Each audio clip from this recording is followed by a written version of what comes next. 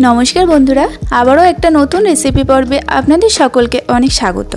आज के आमी बानिये देखाच्छि एकदम दोकानेर मतो नरम तुलतुले पाउरुटी मात्र कयेकटा उपकरणे और खूब कम समयेर मধ্যে এই পাউরুটিগুলো বাড়িতেই বানিয়ে ফেলা যায় আর টেস্ট হয় একদম দোকানের মতো। স্কিপ না করে সম্পূর্ণ ভিডিওটি দেখবেন আর রেসিপিটি ভালো লাগলে একটা লাইক কমেন্ট করবেন, তার সঙ্গে চ্যানেলটি সাবস্ক্রাইব করে পাশে থাকবেন। আসুন দেখে নিন আমার আজকের রেসিপি। পাউরুটি বানানোর জন্য ময়দা মেখে নেব। 2 বাটি পরিমাণে ময়দা নিলাম একটা মিডিয়াম সাইজের বাটিতে করে মেপে, আর এখানে গ্রামে মাপলে 500 গ্রাম ময়দা নিয়েছি। পরিমাণ মতো লবণ দিয়ে দিলাম আর 3 চামচ পরিমাণে চিনি দিচ্ছি। এই রুটিটা একটু মিষ্টি মিষ্টি খেতে ভালো লাগে, তাই আমি 3 চামচ পরিমাণে চিনি দিলাম। আপনারা যদি মিষ্টিটা একটু কম খেতে পছন্দ করেন তাহলে 1 চামচ বা 2 চামচ দিতে পারেন। এবার দেব 2 চামচ গুঁড়ো দুধ। গুঁড়ো দুধ দিলে পাউরুটির টেস্ট একটু বেশি ভালো হয়, আর গুঁড়ো দুধ ছাড়াও কিন্তু আপনারা পাউরুটিটা বানিয়ে নিতে পারেন। এবার যে উপকরণটা অ্যাড করব সেটা হলো ড্রাই ইস্ট। এই ড্রাই ইস্টটা আমি দেব 1 চামচ। এই ড্রাই ইস্ট আপনারা যে কোনো মুদির দোকানে পেয়ে যাবেন। 500 গ্রাম ময়দার জন্য 1 চামচ পরিমাণে ড্রাই ইস্ট দিলাম। এবার সমস্ত শুকনো উপকরণ একসঙ্গে ভালোভাবে মিশিয়ে নেব। এবার আমি ময়দাটা মাখার জন্য নিয়েছি 1 বাটি পরিমাণে উষ্ণ কুসুম গরম জল, আর যেই বাটি করে ময়দাটা মেপেছিলাম সেই বাটি করেই প্রথমে 1 বাটি পরিমাণে জল নিয়েছি। অল্প অল্প জল দেব আর ময়দাটা মেখে নেব। আর এখানে উষ্ণ কুসুম গরম জল দিয়েও মেখে নিতে পারেন, আবার কুসুম গরম দুধ দিয়েও মেখে নিতে পারেন, আবার নর্মাল জল দিয়েও কিন্তু ময়দা মেখে নিতে পারেন। যে কোনোভাবেই ময়দাটা মাখা যায়। কিছুক্ষণ মেখে নেওয়ার পরে ময়দাটা ঠিক এরকম একটু চ্যাটচ্যাটে টাইপের দেখতে হবে, আর এরকমই কিন্তু ময়দাটা মেখে নিতে হবে খুবই নরম করে। যখন এরকম একটু চ্যাটচ্যাটে ভাব চলে আসবে তখন এর মধ্যে রিফাইন্ড অয়েল অ্যাড করব। এখানে 4 চামচ পরিমাণে রিফাইন্ড অয়েল আছে। অল্প অল্প তেল দিয়ে মাখবো। কিছুক্ষণ তেল দিয়ে মেখে নেওয়ার পরে তারপরে আর কিন্তু হাতে লেগে যাবে না। আর পাউরুটির জন্য কিন্তু এরকমই একটা নরম ডো বানিয়ে নিতে হবে। সম্পূর্ণ তেলটা দিয়ে মেখে নেওয়ার পরে একটু ঠেসে এভাবে মেখে নেব। কিছুক্ষণ মেখে নেওয়ার পরে এখন ময়দার ডোটা তৈরি হয়ে গিয়েছে। ওপর থেকে একটু রিফাইন্ড অয়েল বুলিয়ে চাপা দিয়ে রেখে দেব পুরোপুরি 1 ঘন্টার জন্য। প্রায় 1 ঘন্টা মতো আমি চাপা দিয়ে রেখে দিয়েছিলাম। দেখুন এখন কি সুন্দরভাবে ফুলে উঠেছে ময়দার ডোটা, একেবারে ডেকচিটা ভর্তি হয়ে গিয়েছে। এর মধ্যে কিছুটা বাষ্প জমে আছে, সেই বাষ্পটাকে আবারও বার করে দিতে হবে। হাতের মধ্যে আমি একটু বাটার লাগিয়ে নিলাম, আপনারা তেল লাগিয়ে নিতে পারেন।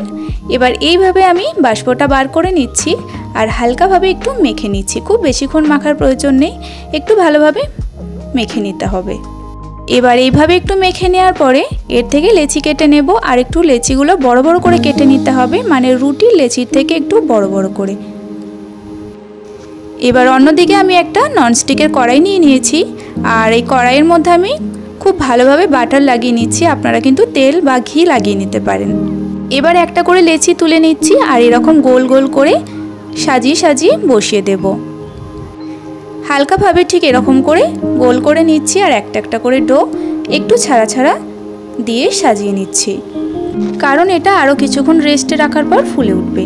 সবগুলো ডো আমি এইভাবে সাজিয়ে নিয়েছি। আবারও আমি চাপা দিয়ে রেখে দেব প্রায় 30 মিনিটের জন্য। তারপর আমি রুটিগুলো বানিয়ে নেব। আবারও আমি ফিরে আসলাম প্রায় 30 মিনিট পরে। এখন চাপাটা খুলে নিচ্ছি।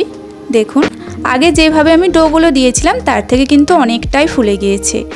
এরপরে যেটা করতে হবে, পাশে একটা ডিম আমি ফাটিয়ে নিচ্ছি, আর এখানে আমি শুধু কুসুমটা নিয়েছি। ডিমের সাদা অংশটা নিয়ে নিই, শুধু কুসুমটা নিয়ে ফেটিয়ে নিলাম। এবার আমি ব্রাশের সাহায্যে ঠিক এইভাবে ব্রাশ করে দেব ডোগুলোর ওপর দিয়ে। আপনারা চামচ দিয়েও করে নিতে পারেন।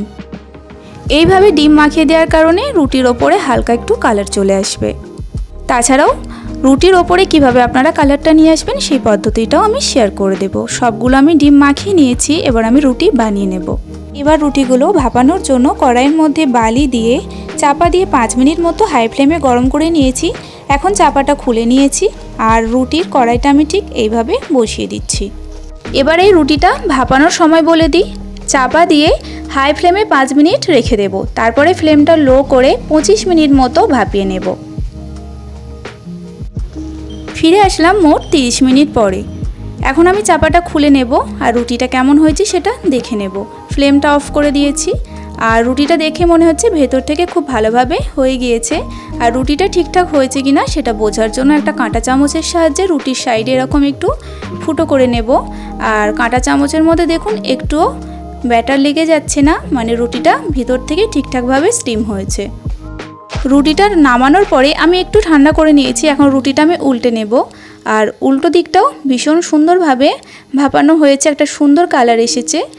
এবার রুটিটার সামনের দিকে যেভাবে কালারটা নিয়ে আসবো, তাওয়া গরম করে ঠিক এইভাবে 10 থেকে 12 সেকেন্ড মতো একটু ঘুরিয়ে নিতে হবে, তাহলেই কিন্তু হালকা একটা কালার চলে আসবে। এবার রুটিটা নামানোর সঙ্গে সঙ্গে গরম অবস্থাতেই একটু বাটার লাগিয়ে নিচ্ছি। গরম অবস্থাতেই বাটারটা দিলে রুটিটার স্বাদ বেশি ভালো লাগে।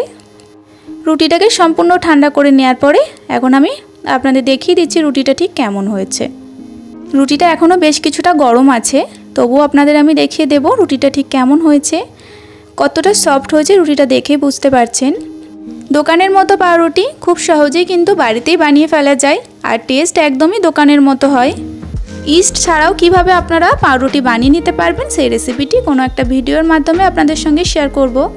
আশা করছি আপনারা সম্পূর্ণ ভিডিওটি দেখেছেন। ভিডিওটি দেখে থাকলে একটা লাইক কমেন্ট করবেন। আমার চ্যানেলে নতুন হলে চ্যানেলটি সাবস্ক্রাইব করে পাশে থাকা বেল আইকনটি অন করে রাখবেন। আজকের ভিডিও এ পর্যন্তই। আবারও ফিরে আসবো নতুন কোনো এক রেসিপি পর্ব নিয়ে। আপনারা সকলেই ভালো থাকবেন।